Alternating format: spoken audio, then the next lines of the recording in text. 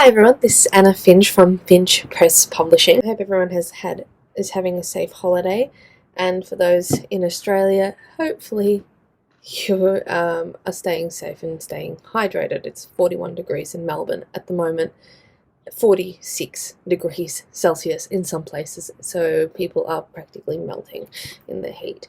So if you're in Oz, I hope you're all staying hydrated and safe. So today's video is actually about the books I'm interested in reading in the new year. Now, some of these books have been out for some time, but I haven't had the chance to read it yet. Number one. So the number one book I want to read is The Surface Breaks by Louise O'Neill. Now, it's a retelling or feminist retelling of The Little Mermaid from what I've heard about. I've read the blurb, and I think the first chapter, and it seemed interesting. Number two, Sea Witch by Sarah Henning. Now, this is inspired by The Little Mermaid as well, but from the point of view of the Sea Witch. From what I've read about it, it talks about how she became the Sea Witch. I'm not exactly sure, but I read a bit about the blurb a while ago, and it seemed interesting, and I love The Little Mermaid and Little Mermaid inspired things, so I'll have a go to reading that. Now, another book I'm interested in reading is The Woman in the Window by A.J. Finn, I believe. Now, part of the reason why I want to read it is because the trailer for the movie seemed interesting. So I wanted to read the book and then see if I could compare it to the movie. Yeah, the premise of the movie seemed interesting, so I thought, why not? It's not typically what I read. I mean, I like reading some thriller novels and stories, but the premise of the book, or the premise of the movie at least, is not something I normally am into, but it seemed interesting, so I thought, why not try something new and have a shot. I may do a review on this after I've read it, so this is actually a series. Now, the Throne of Glass series by Sarah J. Maas. This has been out for a while, and she's adding new books to the series every year or so. My brother has copies of the series. He's read it. He likes it. I saw the covers, and the covers looked interesting, so I thought might as well have a go. I'll probably read the first one in the series, and if I like it, I'll read the rest. But at the very least, I want to read the first novel in the Throne of Glass series just to see what it's like. Now, this is a novel by a indie author. I've been trying to find this for a while in my local bookstores, but haven't so far, so I have to order it from Amazon or an online bookstore. I don't know if it's on Booktopia, which is an Australian online bookstore. I have to check. I'd rather purchase it from Booktopia than Amazon, but it's called 100 Days of Sunlight by Abby Emmons. Now, I typically don't read romance novels. I don't typically like romance, but the actual premise of the story seemed interesting.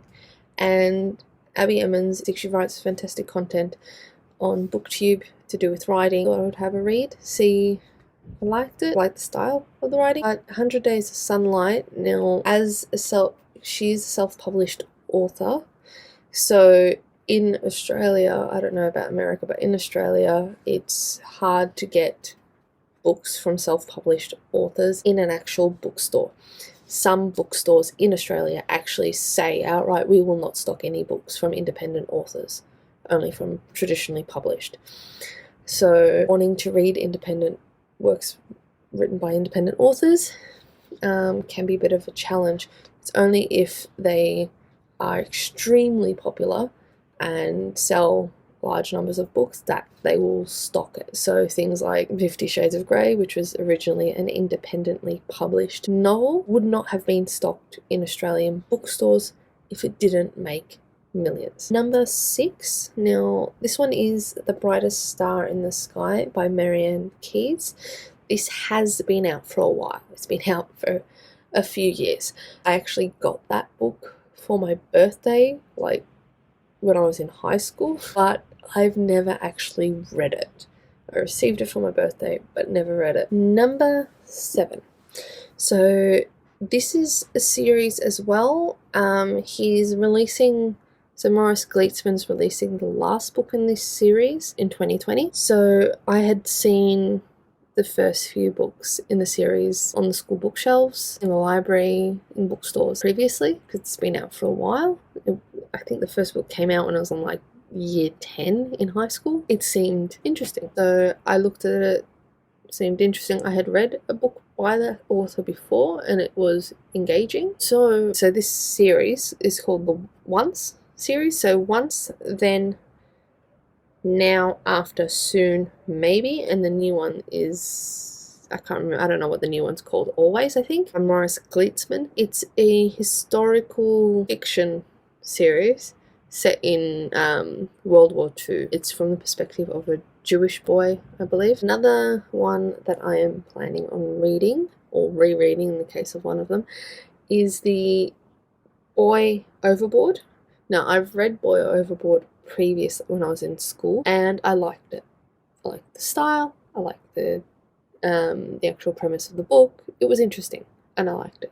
So I want to reread it to do a review from the perspective of a teacher this time. But the other one in the series, or it's at least connected to the first one, is Girl Underground by Morris Gleitzman as well. So Boy Overboard I had read, and like Girl Underground, I've heard of and I've read the blurb of, and it's connected to the Boy Overboard, but I've never read, and I would like to read it because from what I've heard, there are issues in that connected to the way refugees are treated in Australia, which, if anyone has read the news and has actually paid attention to how refugees in Australia are treated, particularly when they first arrive, then you know there are some serious problems here.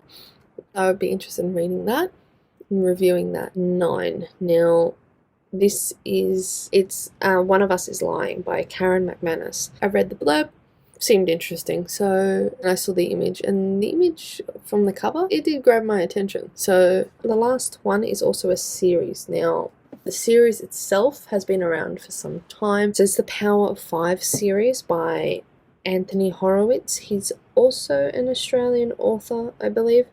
So in the series, you've got Raven's Gate, Evil Star, Nightrise, Necropolis, and Oblivion. Now, I had read the first 3, so Raven's Gate, Evil Star, Nightrise, loved it. I was in high school when I read it, and some of them were, the later ones were fairly thick, and even though I didn't, at that time, wasn't interested in reading thicker books, because I would like the shorter reads, I still read it and finished it. The first 3 came out relatively close to each other, so I was able to read them like one after the other, and I loved them. The other 2 in the series, Necropolis and Oblivion, I haven't read. Now, part of the reason why I haven't read them is there was a large gap between, I think it was Nightrise and Necropolis, and then a larger gap between Necropolis and Oblivion.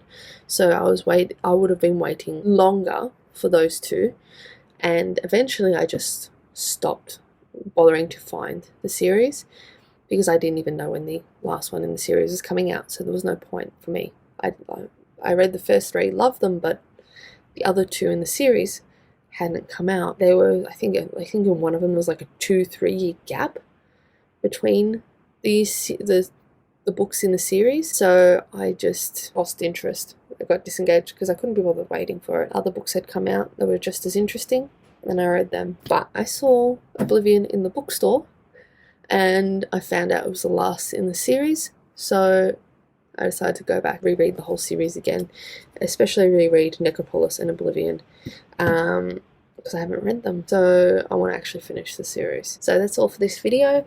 Hope you liked it. What are your top must-reads for 2020? If you like this video, press the like button. If you want to be notified of when I upload, hit the subscribe button below. See you next time. I hope everyone stays safe over this break.